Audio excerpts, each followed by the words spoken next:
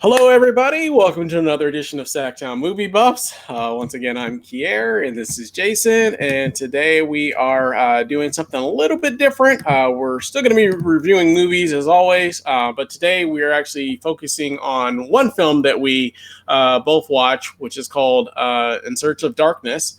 And then after that, you're going to want to stick around because we will be talking about our top 10 horror films of the 1980s. But before we get into that, let's get into this. Jason, would you like to tell us a little bit about In the Search of Darkness? Yeah, sure. This is it's a new documentary about focusing on not just horror, but horror specifically in the 1980s. And I was really excited to see this because not only am I a huge horror movie fan, I have a real affinity for, a lot of the stuff in the 80s because that's when I kind of came of age, It's one of my, so it's my favorite genre, and it's one of my favorite time periods for movies, for music, for a lot of things. Maybe not politics, but anyway, not to get into that. But this is a really cool documentary. It was self-funded. I don't know if it was Kickstarter or GoFundMe, but it was self-funded. And before, about a week ago, the only way you could get it is ordering it specifically from the filmmakers. But right now, thankfully, it is available on Shudder, which if you're a horror fan and you don't have Shudder, you need to get Shudder basically for not just for this, but for a lot of things. And you can add it if you have Amazon Prime, you can add it onto that pretty easily. So right before I found out it was available on Shudder, though, I did go ahead and buy like one of the really expensive Blu-rays, which I did not regret because not only do I have it on Blu-ray, but I also got this really cool poster. Yeah, it looks just like the image. Yeah, but I got a poster now, and even better, I've got this poster, which is really cool. You can see that. Yeah, really cool poster. And if you're a nerd like me who still hangs stuff like this on their wall, it's great. I used to do that when I was like 15. You know what I mean? Yeah, well, some of us grow up and our hearts die, and some of us are still cool, like me. No, I do have a couple movie posters still. No, I know you got some cool Tarantino ones and stuff. But so as for the movie itself, I was not disappointed one bit. I did watch it in 2 sittings, which I planned to do originally, but I thoroughly enjoyed this movie. I've seen a lot of documentaries about horror films. There's a lot of documentaries out there in general about a lot of things, but this one is a little bit special to me because it really goes into so many great movies. And of course, people are going to complain that a lot of movies are left out, and which is true. A lot of great movies are left out, but you really couldn't do this unless you wanted to make it. You can make it 12 hours long, and you would still be leaving out some cool movies. But thankfully, they are planning a sequel. They are planning an In Search of Darkness 2. And the filmmakers are also making one that's focused on 80s science fiction that'll be similar to this one too, and it's called In Search of Tomorrow, and they're making that now. So I really enjoyed this movie. I like the structure of it. It goes chronologically. It starts with 1980, goes into maybe 10 or so really important films of that decade, and goes just in that order. So it's really easy to take a break halfway through if you want to. And I think even better, they between each year chapter, they do like a separate chapter on something else, just something like a trend from 80s films, like the Final Girl phenomenon. They do a segment on soundtracks, like the most memorable soundtracks of the movies of the 80s. So it's not just like one year, another year, another year. It doesn't get repetitive like that. They add in these other little things in between, and they've got so many great interviews with so many filmmakers and actors and just people who are fans. But I thoroughly enjoyed this movie, and I did not regret buying a really expensive Blu-ray, even though I can watch it on Shudder now for free, essentially. So I love this movie, and I'm really excited to dive into my top 10 personally of the 80s, even though I could easily do a top 50. Easily. I could probably do a top 100 of the 80s and still leave out some good stuff. So how about you, Kier? Cool. How much did you pay for that DVD, if you don't mind me, the Blu-ray? $47.99. I was just curious. Yeah. But again, Well, I guess you got the posters that came along with it, so that's Yeah. yeah. And if the deal ever falls through, then I can still watch less than what you paid for Judgment Night. That's true. That's another story. That's another story for another time. Yeah, maybe not. Yeah. Yeah, first I'll preface by saying I'm not as big of a horror fan as you are. I'm more into action, but obviously I definitely like horror films. I don't have anything against them, but I'm not as into it as quite as you are. So, yeah, it's a 4.5 hour long documentary.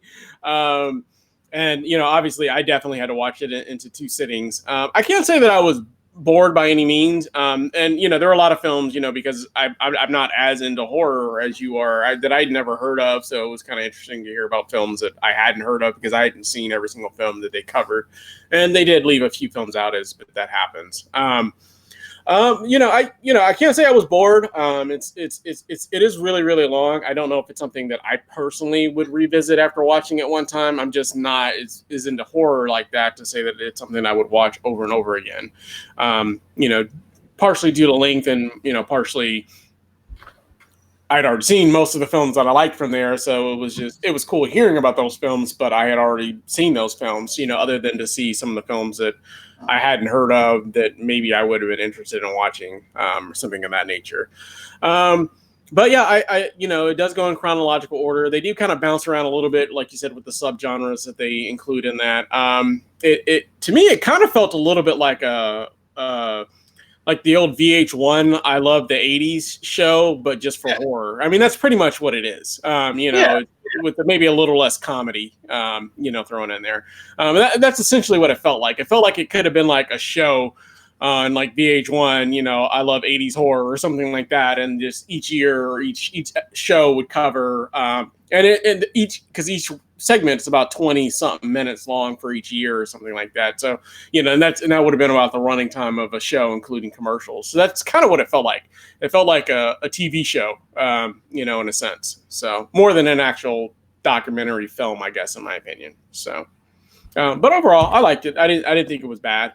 I can't say that I was bored, but definitely not something that I would watch in one sitting. That's for sure. Because 4.5 hours out of your day, that's a quite a long time. So you'd have to be really, really into horror and be really, really into it and have a lot of time on your hands to kill in order to even make that happen. So, yeah. But like I said, overall, I enjoyed it.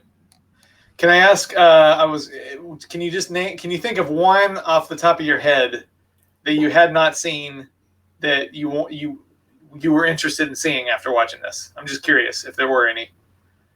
I'm sure there was, but I can't think of any off the top of my head. And what's funny, when I was watching, I was thinking, I should write some of these titles down, but I didn't. So there you go. You're gonna have to watch it again. See? Yeah, no, that definitely there wasn't anything that I hadn't seen that I was dying to see. And I don't know, in my opinion, and I guess it also depends on the genre. For me personally, I feel like some of them may feel a little dated. Because like there's a difference between movies that I grew up with that are cheesy, but I grew up with those films, and then to watch a film that's cheesy that's from that time period, I don't know if it would feel dated or not. So I really can't say if it's something that I would personally seek out, and there were any that I would seek out and rewatch or watch for the first time. I don't know, so it's hard to say. So yeah. But like I said, overall, not a bad movie or documentary or long TV show, but I did enjoy it. But like I said, I'm gonna be a little more biased just because horror is not really my my top genre. But I do like horror, and like I said, there are a lot of the films in there were some of the ones that'll be in my top 10 list as well. I think they probably called out I think all of them, they were in my top 10 actually. So in some capacity. So yeah, I think in my top 10 too. Yeah. Cool. So that's cool from that standpoint. Yeah. So just, obviously, I guess we should do the rating you would give that and the face you would give it. I'm sure that's pretty obvious for you. Yeah, it is pretty obvious. I mean, I loved it. I mean, I could pick things apart, like, they left out this favorite movie of mine or that favorite movie of mine. And also I wanted to add that, like, if you really wanted a movie to go into depth about these kind of movies, you're going to be disappointed because they definitely don't go into depth. They spend, I think, less than a minute on some, and at most, I think even like the really classic films, they maybe spend 5 minutes tops. But I don't mind because I just like watching a documentary where cool people talk about things I like. I mean, it's a fun way to spend time. So I guess I could demerit it on something, I suppose, but nope, I'm going to give it 5 stars. I thoroughly enjoyed every single minute of it. I only had not seen one film, and I've already watched it now, which was Full Moon High from 1981. I had never seen that. So now I've seen every single movie that they profile. Some of the quick clips in between I haven't seen, but all the ones that they profile now I've seen. So 5 stars. This face. Very excited. Cool. Yes. Cool. Yeah. Like I said, I'm probably I enjoyed it. It. To me, it felt kind of long overall, but I did enjoy it. I'm gonna give it probably a 3.5, which is pretty good. That's solid. I enjoyed most of the movies, and the conversations aren't boring or anything like that. And I think to their credit, it's probably good that they didn't spend a long time on each film because if there was a film that I didn't care for or wasn't necessarily that interested in, I would probably be turned off just from that. You know what I mean? So I think that's probably a good thing that they didn't spend a whole lot of time talking about each film, because there were definitely some films that, for whatever reason, I wasn't as huge of a fan of. And so you're kind of just like, okay, well, let's get past this one. I don't care about this one. and they did. And a minute later, they were done. So yeah, I feel like, I don't like this one. You only have to wait about a minute or two. So yeah, exactly. Yeah. So I'm going to give it a 3.5 out of 5, and then I'll give it this face, which is a smile with some teeth. So cool. That's pretty good for me. So all right, yeah, that is. Absolutely. Well, let's get into the real fun, which will be we're going to do our top 10 films of the decade in horror specifically. So this is just horror. This isn't our top 10 favorite films of the decade. This is just horror specifically. I have to speak for yourself, Kier. No, I'm just kidding. Yeah. Clearly, if there were, some of these films would probably be in my top 10 films of the decade. Oh, for sure. But obviously there's other genres. You have a lot of other, action classics. Are there? So, So there's a lot of really, really good films that I would include if we were just doing an overall top 10 films of the decade. And maybe we'll do that show at some point. I don't know. We probably have to be like a top 25 or something because I don't know if I can even whittle it down a whole decade to just 10 films. So that'd be pretty hard. Yeah. So, all right. Well, in that sense, let's go ahead and get into it, man. Let's start with you want to start with your number 10? Yep. Here we go. So my number 10, and this was a hard list for me to make, as you can imagine. My favorite genre, one of my favorite decades. But my number 10, after a lot of thought, is The Lost Boys. So awesome. Yeah. So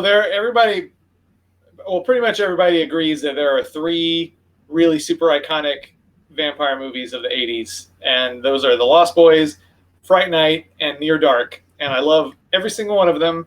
But if I had to pick one, it's The Lost Boys. It's a perfect movie. It's got a great soundtrack. It's really entertaining. It's really scary.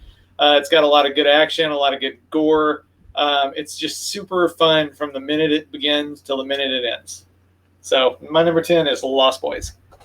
Yeah, I definitely love The Lost Boys. Like I said, it's my second favorite vampire movie of the 80s. So, but it'll be in my countdown as well, a little bit up the list, and obviously my first favorite will be up the list as well.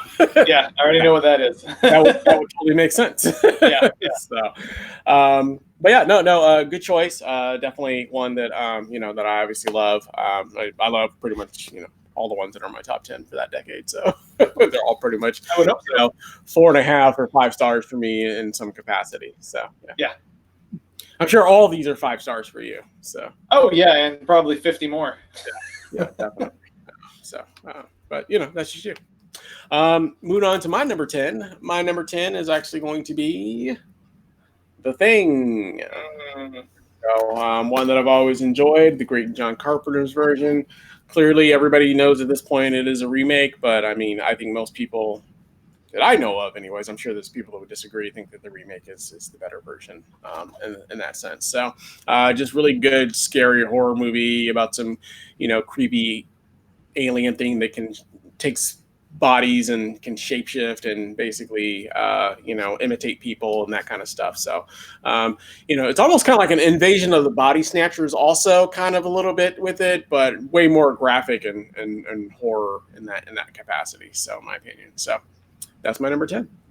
Yeah, that's one of my favorite movies of all time, for sure. So that is definitely in my top 10, like pretty far up, I'll just say that. But I think that movie is a masterpiece. I think it's John Carpenter's masterpiece. The effects in that are still amazing, even though that was long before anything called CGI. They actually had to make it. Yeah, The Thing is one of my favorite movies easily. Cool, great choice. Cool. Yeah. Number 9. Number 9, I don't have the actual cover to show you here, but this is my Blu-ray in the entire series of Friday the 13th, including the reboot that came out in 2009, I think, that I actually liked. A lot of people don't like it. But so the particular one in here that I want to spotlight, though, is not the first one, or the second, or the third, or the fourth, or the fifth, even though I love all those. My favorite Friday the 13th film is Part 6, which is Jason Lives. So that is the first Friday the 13th movie I saw at the theater. I saw it at the drive-in with my mom and my best friend. That's why my mom is so cool. She was taking me to Friday the 13th movies when I was 8. But still, even today, and that's a movie I've watched many, many, many times, I think it really holds up. I think it's the funniest one in the series. It's the one that's got the best camera work in the series. It's got that Alice Cooper theme song. It is easily, I think, the most fun movie in the Friday the 13th franchise. And it's easily my favorite Friday the 13th film. That's Part 6, Jason Lives. Cool. That's my number 9. Yeah, I used to have a set of the Friday, well, not the 2009 version, but I used to have a set of all the other ones. And yeah, same with Nightmare on Elm Street, and both of them have disappeared. Yeah, they're definitely ones I'll probably rebuy at some point. And I'll have something more up in the list. Actually, probably my next one will actually be in that same kind of vein. But with these, not so much the Halloween films, but for me the Nightmare on Elm Streets are a little different. But I for Jason, for me, I don't know. I always kind of lump them into one. I don't know. I feel like a lot of them just kind of. I really couldn't tell you the difference between most of them, except for the one where he goes in Manhattan or in space or something, because those are obvious. But they all are pretty much all the same setting, kind of thing. So I kind of lump them all together in some capacity. I feel like you either like those films or you don't. And I'm kind of more just watching them for like the cool kills. You know what I mean? So that's always been kind of my thing about them. And I'm not saying I don't dislike those films. If you ask me a favorite one out of that whole series, I don't know, because I don't know, 1 through pretty much 6, they're at Crystal Lake, and you know what I mean? Like, I'm just kind of watching it for the cool kills, you know what I mean? And that's, I don't know, that's just how I feel about them personally. So. No, Kier, I don't know how you feel. Sorry. Yeah, well, that's my opinion. So, I'm sure I love that one also. But I like them all. But I don't know. I always just feel like Jason of the big 3 of those guys, I feel like he's got the least personality. So less personality than Michael Myers? I think so. I don't know. I would think so. All right. Because they've done things, I feel like they've done things with Michael Myers over the years, especially whether it be a remake or whatever, where he actually talked at some point, or he actually seemed partially normal with the Rob Zombie ones kind of for a little bit, and then kind of went dark. And I don't know. I just feel like I feel like he's got a little bit more personality. So, and I feel like he has a reason, and most of not all the films, but most of the films, he's, has a reason why he's looking for somebody, you know what I mean? Kind of thing. Whereas, I don't know. I guess that's just my opinion. So. Okay. You're entitled to be wrong. It's okay. No, I'm entitled to be right. So, and then going into my number 9, and with that said, so like I said, I used to own the set of the Friday the 13th. I also used to own the set of these ones, which is the Nightmare on Elm Streets. So I'm going with the first one, obviously, the original one. I'm just going to go with that one off the bat. I mean, I like all of them, and again, you know what I mean. You can vary which ones you think are your favorite. I know a lot of people like the Dream Warriors or the Dream Masters, and those ones are really, really good too. But I'm just going to stick with the original for this one. Everybody kind of knows the story of Freddy Krueger, so I don't have to really elaborate on that one. If you've never heard of the Friday or Nightmare on Elm Street or Freddy Krueger, then you've been living under a rock your entire life.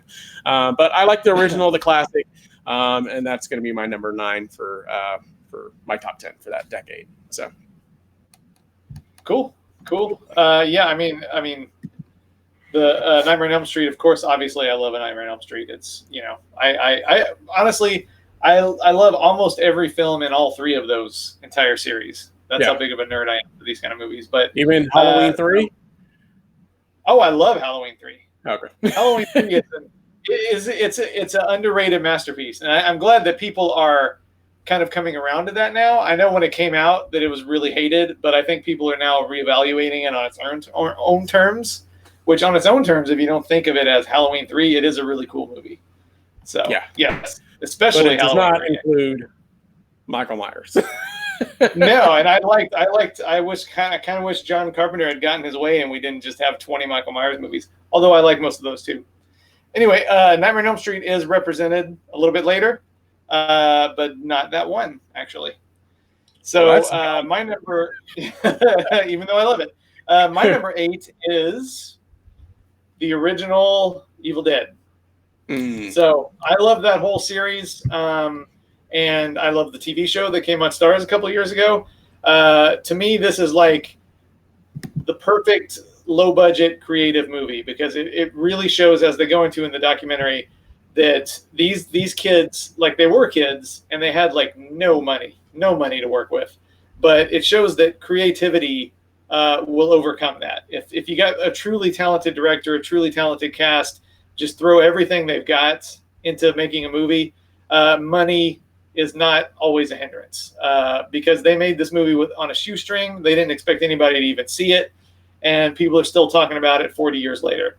So it's just a perfect low-budget horror film experience. It's intense and funny and crazy and over the top from the minute it begins to the minute it ends. So I love the whole series, but the first one is my number 8, which is not saying that another one won't appear a little bit later on.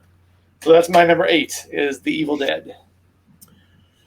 Yeah. I was never a huge Evil Dead fan personally, so I don't know. I thought they were a little over the top for me. So just not something that I would necessarily love. So, hey, but good choice, man. Great choice. Yeah, I know. Not going to be in my top 10, or if I made it runners up, it wouldn't be in my runners ups either. So, hey, what can I tell you, man? What can I tell you? My number 8 is actually cool because you actually got me this movie. My number 8 is actually going to be Creepshow. And this is nice. You got for me. I think you went to where'd you go? Fangoria or? Yeah, I did some. I go to horror movie conventions all the time. So I don't go to horror movies because I don't like horror movies as much as he does. Yeah. But yeah, apparently, I got George Romero to sign that for you. Yeah, who's one of my heroes too. Yeah. So obviously, Creepshow is one of those anthology type films where each show is just.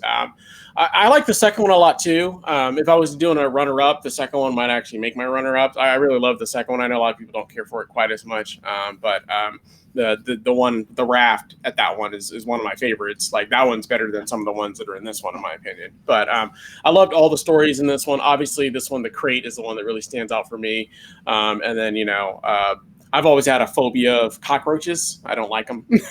So, so they're also, the one with the cockroaches is also a favorite of mine, just because that's always just been a phobia of mine. So I just think they're disgusting. So, so Creepshow's a great one. So yeah, if you haven't seen Creepshow, it's a great anthology film. It's got a lot of good humor in it as well. So it's and it's got just a lot of stars in there too. That's the other thing that a lot of people don't realize is there's a lot of like really famous stars in those anthology films that you'll recognize a lot of people when they're young, like Ted Danson and that sort of stuff, back when he was super young. Yeah, so it's really cool to watch that too. So don't forget Ed Harris's awesome dance moves. Yeah, and Ed Harris is very awesome dance moves. Yeah, no, whatever that. Yeah, yeah, that's the thing. Yeah. Oh man. Yeah, I love Creepshow. It's one of those that it like broke my heart to cut out of the top 10, but it's not in the top 10. It's so close though. It is so close to being in the top 10. I did do a few run-ups. Huh? No, I'm just joking. Go ahead. I love it. It's one of my favorites to watch around Halloween because it's got that really kind of spooky, autumny feel to it, and like the wraparound at the beginning, it's Halloween because there's a jack-o'-lantern in the window. So it's one of my. Maybe I don't watch it every October, but every other one probably. But I love all the stories, even the Jordy Verrill one, although it is the weakest one for sure. Yeah, it's definitely the weakest one. Yeah, but I just love it's definitely one of the best anthologies I've ever seen for sure. Yeah, so awesome choice. Cool. Yeah. Number 7. 7 for me. Speaking of George Romero, my number 7 is Day of the Dead. So, I don't know if we've ever covered this, but my favorite movie of all time is Dawn of the Dead, the original, the one that came out in 1978. But this one, of that original trilogy, it's probably my least favorite technically after Night of the Living Dead and Dawn of the Dead. But this movie is a really great movie. It didn't do a lot of the box office, unlike the first two when it came out, because it's a pretty grim movie. It's not as much fun as Night of the Living Dead and Dawn of the Dead, certainly, because Dawn of the Dead's got all the SWAT team and the action stuff. So it's not as much fun, but it's a really brilliant commentary, actually. Like all of George Romero's films has some kind of social commentary to it, but it's not as much fun, but it's a really powerful experience emotionally. It goes really deep into the difficult subject matter, and it is pretty fun too. It's got a lot of good zombie action, and it's definitely the goriest of all three of them for sure, easily. But it's got some fun in it, but it's not as much fun as the other ones, which is why it didn't do much of the box office. But it is a brilliant movie. It's awesome. I love George Romero. That's my number 7. Right? Yeah, 7. Yeah, 7. Yeah. Yeah. Again, I'm not a, the Dead series. I mean, me personally, we've had this argument before. I actually like the remake better than the original Dawn of the Dead, but that's just me. So I know it's your favorite movie of all time, and Day of the Dead is it's a decent film. I haven't seen it in a really, really long time to give a full opinion on it, but it's one that I like. I don't dislike, and I don't dislike Dawn of the Dead either. They're just not in my tops. That's all. So. Yeah, and I do love the remake. I don't mean to knock on the remake. I love it, but it's not the greatest movie of all time. So. No, it's not the greatest movie of all time, and neither is the original. But cool. All right, my number 7, and unfortunately, there's going to be a few of these I either don't own or lost or something, so I'm going to have to bring them in. But doesn't mean I don't like them. But but we've already covered my number 7, so I won't spend a long time on it. My number 7 is going to be The Lost Boys. Like I said, great vampire movie, love it. So much fun. And it's actually set just a couple hours down the road from us here in Sacramento. It's set down in down at the boardwalk. So so it's another great reason to love it. So I don't know. It's just a really cool vampire movie. It's funny. Like I said, it's got a great cast, and it's got an interesting twist. So definitely love it. So Yeah, that's good. I know what you're talking about. Like at the end there. That's every time I watch it, I'm still a little bit surprised by that because I forget about that twist. Yeah, I do. I always forget it because it's kind of subtle. You know what I mean? So Yeah, it's yeah, very subtle, and it's not one that if it's your first time watching it, you wouldn't even think about it. You know what I mean? Like that's what I like about it. So yeah. exactly. Yeah, awesome. Great movie. Great movie. All right, now we're on 6, right? We are on 6. Yes. My number 6 is Night of the Creeps. So this one gets a lot of play in the documentary, which I was happy to see because this is another one that when it came out, it kind of came and went. I barely remember because I was 8, but I was lucky enough to see this at the theater. Again, my mom was awesome because she would take me to see movies like this when I was 8 years old, just because I wanted to see them, and sit in the back row while I sat up in the front row. But this is a super fun movie. It's got everything, really. It's got aliens. It's got zombies. It's got like fraternity hijinks. It's got Tom Atkins playing like a really cool, grizzled old detective. It's got a cool soundtrack. It's just a really fun movie that's been one of my favorites ever since that day I saw it in the theater when I was 8 years old. So I'm glad that it got kind of it really garnered a cult audience over the years, people who saw it when they were a kid like me, and now it's got like a fancy, Blu-ray decked out with special features, because a lot of movies that came and went in 1986 don't have that. So it's easily one of my favorite movies of all time. Night of the Creeps. Cool.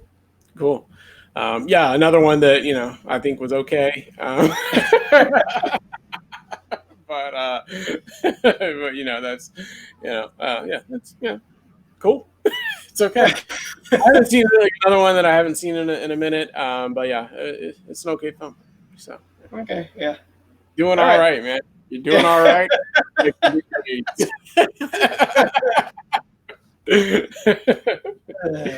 What are we on? 6? 6, yeah. 6. All right, so moving on to my number 6. It's going to be one of my favorite childhood films, Gremlins. So yeah, I've always loved Gremlins. It's always been a great one for me. Obviously, everybody knows the story of Gremlins. And most of mine are pretty popular. Jason's are going to be a little less popular probably, unless you're a horror. Which is fun. I don't have to elaborate on too much because everybody's seen them. but yeah, everybody knows Gremlins, cult classic, Gizmo and Gremlins and that sort of stuff. I love it. Also a Christmas movie as well. It mixes humor and horror so well. So I've always loved Gremlins. Number 6. Yep, Gremlins is great. It's another one that it hurt me to leave out of my top 10, but it's one of my favorite films. Yes, it's something I try to watch every Christmas or every other Christmas, and it wasn't always thought of as a horror movie, but it really is. I mean, it's got some really nasty, it's got some really scary stuff. Yeah, like the scene in the kitchen with the mom, I think is like stabbing it and blowing it up in the microwave, and the whole thing at the end in the department store, it's got some pretty intense stuff in it. So much so that I remember I was scared to go see it. It came out when I was like 7. So I guess, 8, I was ready for the hard stuff. But when I was 7, it was 6, I guess that would be. But I remember when I went to see it the first time, I was so scared to go see it that I made my mom sit with me in the very back row next to the door in case I wanted to run out. But thankfully I didn't. And I ended up seeing it like 10 more times. So yeah, don't be no punk. You know what I mean? No 6-year-old punk. That's right. Yeah. And so yeah, it's one of my favorites. So excellent choice. Yeah, cool. Number 5. We're getting way up here now. So number 5 for me is this one, Return of the Living Dead.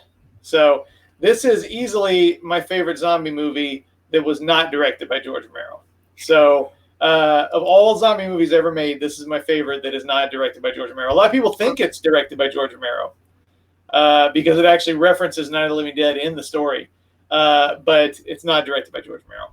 In fact, he doesn't like this movie very much because it came out the same year as Day of the Dead, and it trashed Day of the Dead at the box office. Like, this was a huge hit, actually. Whereas Day of the Dead came out and people were like, this isn't very fun. And it kind of went away initially. But this movie is super fun. It's got like punk rockers. It's got a great soundtrack. It's got zombies that can run and talk and do all kinds of crazy stuff. But it's just super fun. And it's actually surprisingly intense. It's one of those movies that really balances being funny and goofy one minute, and then the next minute, like, kind of getting really intense and dark. And it goes back and forth between those two things constantly. And I was really kind of, one thing I was disappointed in the documentary is that when they did the segment on the soundtracks, they didn't go over this movie. But this movie's got like a legendary punk rock soundtrack. So that's my number 5. Cool. Are all your films zombie movies, or no? No, but a lot of them do have the word "dead" in the title. I noticed. So yeah, so they all seem to follow a particular pattern. But I like zombie movies. Yeah, and I'll be the first to admit I'm not as into zombie movies, at least not the slow-moving kind. I like more the fast-moving kind, but some people would argue those aren't zombies, I guess. So, but, well, the ones in that movie, they do run. They do run in this one. That is true. Yeah, so they talk too. So and talk and a lot of things that break the rules. Yeah. So, but yeah, it's a fun film. I don't have any gripes with it. I just don't love it. All right. Okay. But yeah, cool, man. Can't wait to see more zombie films coming up in your top 5. Actually, that's kind of the last one. Yeah. All right. Well, cool. Yeah, it's nice to break it up every once in a while. Yeah. Variety. Well, my number 5, I also, for some reason, I don't know, I can't find it. So there's 2. Well, the other one that I don't have, I don't know. Maybe I never bought it. I don't know. But I always thought I had it. But this one I had. I just can't find it. So my number 5 is The Burbs, which is probably more of a comedy than horror, I would say. There's way more comedy elements, even more so than Gremlins, I would say. Gremlins actually has way more horror than I would say this one. Most of the even close to horrorness comes more at the end, and other than little touches here and there of things that happen to the but obviously most people probably have seen The Burbs with Tom Hanks, and basically it's about your creepy neighbor, that what are they up to kind of stuff. And obviously this is kind of one of, I'm sure there's been films before that have touched on that one, but this one kind of in my mind always kind of started the creepy neighbor next door. You know what I mean? Like that, I've always kind of, when I think about those types of films, this one is always the one that comes to mind for me personally. So, like I said, I know there's other ones that were beforehand that did that same kind of stuff, but this is the one that I feel like kind of made that, into that type of, all those other films that we watch, about these creepy neighbors that are next door and what are they up to, and people are trying to figure it out. And, the difference between this one is, though, most of the times the creepy neighbor next door, nobody believes them that there's a creepy neighbor next door. You know what I mean? Like, kind of thing, that kind of stuff. So this one is different because everybody in the neighborhood is like, what's up with these creepy neighbors next door kind of thing. So, yeah. But yeah, always love The Burbs. Another really good one for me. So. Yeah, it's a fun movie. It's another Joe Dante movie too. He made a lot of really great movies in the 80s. This and The Howling and Gremlins. So he made a lot of really great movies, period, but especially in the 80s. Yeah. Cool. Awesome. Yes. All right. Number 4. All right.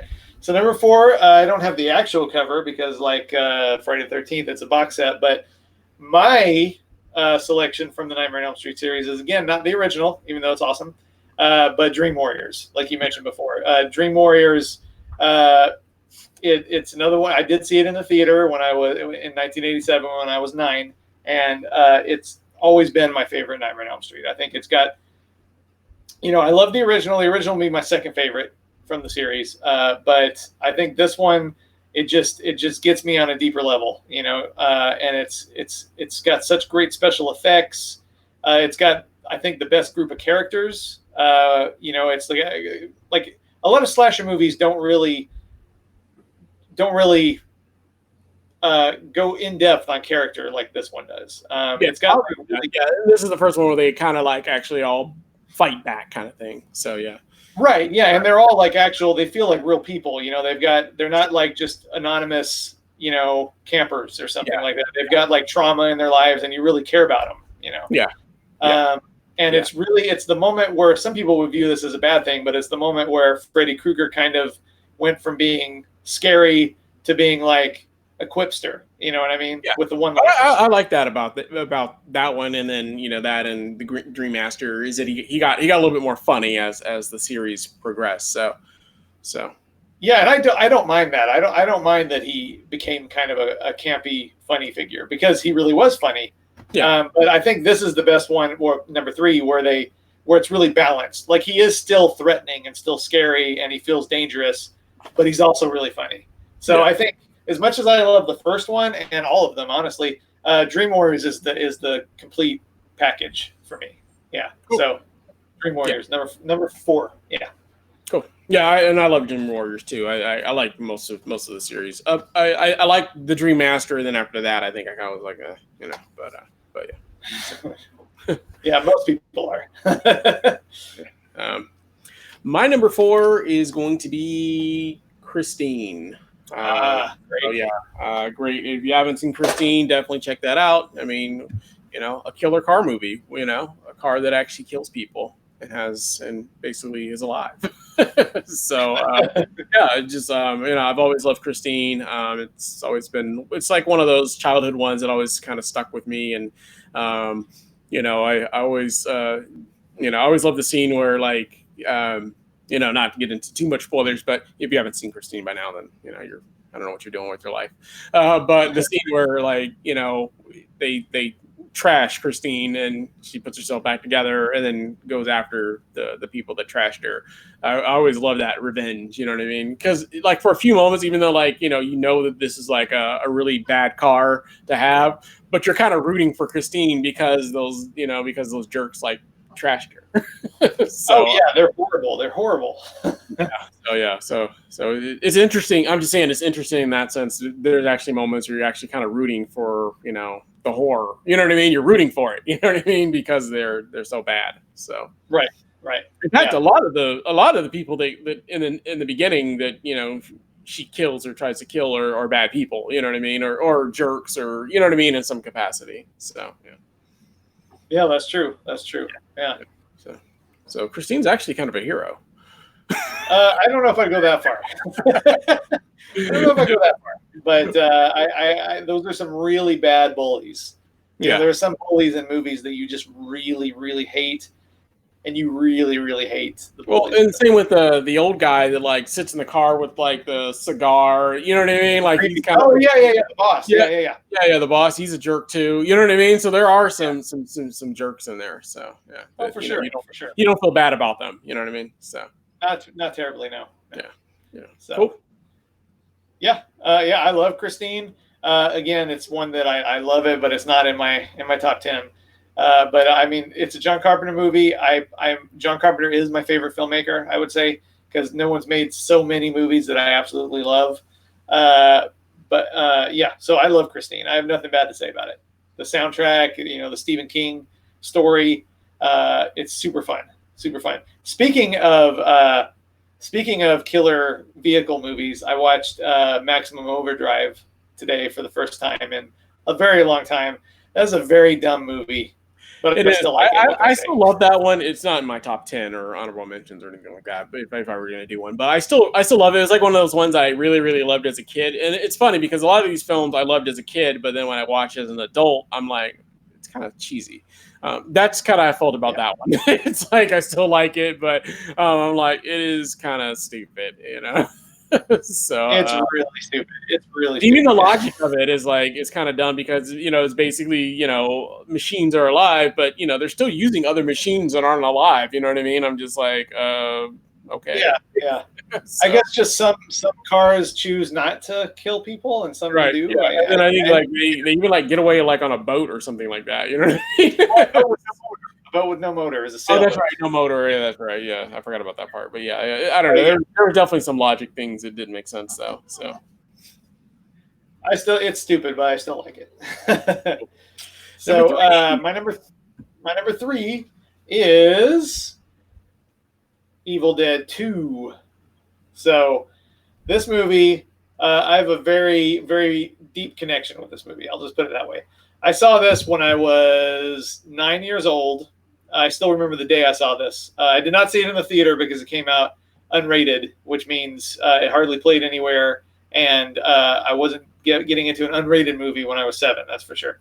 But this movie, like, blew my mind, to put it mildly. This movie changed forever, I would say, my conceptions of what a movie can do and be like, because I had never seen a movie like this. I still have never seen a movie like this.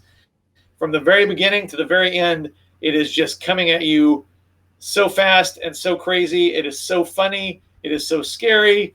It is just a movie like no other ever seen. So this movie, without it's a little bit hyper. It's hyperbole. I'll grant you that. But this movie did literally change my life, I would say, because I was never the same after I saw this movie. So that's my number 3. One of my favorite movies of all time, Evil Dead 2. You were never the same after you saw that movie. Now we all know what's wrong with you. Yeah. Maybe, now it all makes sense. Another one, like I said, I'm another, pretty much like the first Evil Dead. They're just not films that I definitely can say that I love or care for. So, but yeah, cool. Yeah, there some people it's over their head. I understand. So don't feel bad. Over their head meaning it's not that great. No, not meaning that. No, not meaning that. Yeah. But yeah, hey, different strokes for different folks. Yeah. And I'm sure there's a lot of people that like it. So, but I'm just not one of those people. So, a lot of people that don't like it, and I am one of those people. My number 3 is definitely going to be, my number 3 will definitely be better than that. And and unfortunately, I don't own it. I don't think I ever owned it. I don't know why, but I just never did. So, you really love it, then. I do love it. I just really love it. I don't know. Either just never bought it or I don't know what happened. But my number 3 is The Shining. So, just a great film. Love The Shining. Obviously, it's got some of the very classic lines, the "Here's Johnny" and all that stuff, and it's just an amazing film. I just love it. Great horror, very creepy, very terrifying. It's got some of the most creepy, terrifying images, especially for that time, and it's still creepy and terrifying even today. So that's my number 3, The Shining. Cool. Yeah. The Shining, we're getting pretty close to the top, and we haven't got to The Shining yet for me. So that tells you how much I love The Shining. So, it's it's in my top 5 of all time, I would say. So that might be a spoiler as to what's yet to come. But The Shining is one of my favorite movies of all time. Easy. So great choice. Cool. Number 2. We've already talked about it a little bit, and that is John Carpenter's The Thing. So this is truly, every time I watch it, I'm like, this is a perfect movie. Every single thing about this movie is right. The performances are all good. The cinematography is really good. It's super creepy, super scary. It's got some comic relief. Did I say the cinematography? I think I did. The music is great, even though it sounds very much like a John Carpenter score. It's actually not him that did it this time. But the special effects were groundbreaking for the day when it came out. They still look amazing. And that's another thing this movie touched on, not to go off on a tangent, but I think one of the things that made the horror movies of the 80s so special was the fact that they didn't have CGI, and they had to really make this stuff and really put the effort into it. And you can really tell that in this movie because they really went all out with the effects. But it's got that claustrophobic atmosphere, that who can you trust thing, and it's just one great scene after another. So John Carpenter is my favorite filmmaker, and this is my favorite John Carpenter film. So The Thing, number 2. Cool. My number 2 is going. Oh, sorry, I already covered The Thing, so You already know. Oh, yeah. Oh, yeah. Sorry, yeah. I'm just gonna not to gloss right over that and be like, all right, cool. My number 2 is, but we already covered it. It's already in my, the lower half. So, all right. So my number 2 is gonna be Silver Bullet, Awesome. which is my favorite werewolf movie. Always love Silver Bullet.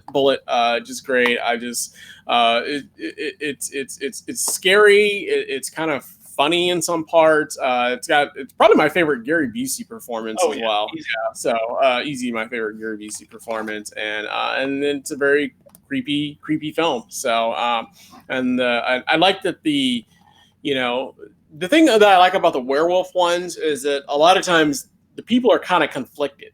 You know what I mean? And I kind of like that. You know what I mean? Is that they're not always like inherently necessarily bad, but because they turn into a werewolf, they have to be kind of bad people. You know what I mean? So that's why I always kind of liked about this one as well. But I love Silver Bullet. It's always been a favorite of mine ever since I was a kid. So definitely number 2 for me. Yeah, great movie. Love it. I've seen it 1,000 times. It doesn't get quite the acclaim that most people, when they talk werewolf movies of the 80s, they're talking American Werewolf in London and The Howling, which I love. But I think Silver Bullet, it's a little cheesier than those, a little cornier, but I think it's just as much fun as those other ones. So I love it. It didn't make my top 10 or my runner-ups, but I showed it at my Halloween party last year. So it's just a super fun movie. Super fun. Yeah. Great choice. Cool. And number 1. Number 1 for me is not a surprise, probably, is The Shining. So The Shining is, it is in my top 5 favorite films of all time. It's kind of weird because I don't really think of it as an 80s movie because it came out in 1980, but it feels more like a 70s film. It does. But it's an 80s film. So I have to kind of put it at number 1, even though it's filmed in the 1970s, probably. Oh yeah, probably, yeah. But I think it's a perfect horror movie. Like you said, it's got so many memorable images and scenes, and it's just so scary. Like I remember, like it still to this day blows my mind that the Overlook Hotel, the interior is all a set. Because every time I watch it, that feels like a real place, and it feels like a really scary, haunted place when I watch that movie. I can't believe it's like a set that they made that on. But yeah, that's my number 1 favorite horror film of the 80s. Easy, The Shining. Number 1. Cool. Number 1. So you don't even need to say yours. It's number 1. Well, I'm gonna say mine anyways because it's not number 1. So it was already in my top 10. We already covered it, but that's cool. I mean, I definitely love The Shining, so obviously it was high up in my top 5, obviously. So great choice. Yeah. My number 1, and you probably already know if I haven't mentioned it already, is going to be Fright Night. I just love Fright Night. It's like I said, it's one of my favorite horror movies, obviously my favorite of the 80s. It's one of my favorite horror movies of all time. It's definitely my favorite vampire movie of all time. I just love it. Again, another one of the creepy neighbors next door and nobody believes them kind of thing. I just love it because it's funny, it's fun. It's just like one of those ones I just grew up with, and I've always just loved it. And I know, The Lost Boys is probably a little bit more popular maybe than Fright Night. A lot of people identify a little bit more with The Lost Boys, but for me, I like Fright Night. It's just my it's the superior choice for me. So that is my number 1, Fright Night. Yeah, that's a great. Sorry, my phone's ringing. Sorry. It's one of my favorite films. It's I would, like we talked about earlier, I would prefer probably The Lost Boys slightly, but I mean they're both 5-star movies in my opinion. And actually, whenever because every once in a while I feel like polling people about this because that's what people like me do. But every once in a while I feel like asking people. Yeah. Every once in a while I feel like asking people Lost Boys, Fright Night, or Near Dark. And I think Fright Night usually gets the most votes because The Lost Boys, I think, made the most at the box office. And then there are always people who are going to be loyal to Near Dark as kind of the underdog one. Yeah. And I love Near Dark. Near Dark. I don't love it as much as everybody else does, though. So Yeah. and probably I didn't see it in the 80's. You know what I mean? So I didn't grow up with it, so it doesn't have that special place for me either. So I don't know. That could be part of it too. But. Right. But I feel like the last time I did that, what got the most votes was Fright Night because, but you know, I don't know. They're wrong. It's the Lost Boys easy. Cool. So, all right, that was fun, man. That was fun. All right, cool. Yeah. You're gonna do your runners up. Yes. If you there's don't no mind. time for me to do my runners up, so we're just gonna have Jason do his. You didn't do runners up, just because I can't not mention it. The Blob, Creep Show, Fright Night. You know, it's 13, not number 1, but okay. Pumpkinhead. I like Pumpkinhead. Yeah, and Reanimator. So cool. I could easily do. Yeah, I could easily do a top 50, and I'd still feel bad about leaving some movies off. I could have did probably a top 25. You know what I mean? I don't know if a top 50 would have been stuff that I love, but I like you. But I could have did a top 25 probably easily. But you know, obviously this show already took an hour, so that would have been like a 2-hour show or something like that easily. Yeah, or a 4-hour like the documentary. Like the movie. But cool. Great list. That was a lot of fun. Hopefully you guys enjoyed it. Let us know in the comments if there's any that you guys like, or maybe some that we missed, and not necessarily miss. It's just that we didn't cover all of the great ones from that decade or that genre. So but yeah, definitely just let us know if there's any that your favorites. Let us know in the comments, and then obviously if you like the channel, please like and subscribe, and always make sure you go ahead and hit that that bell notification so that you don't miss any of our new video uploads. And we'll be back with another show for you guys real soon, and we hope you guys all have a great day. Thanks so much. Bye.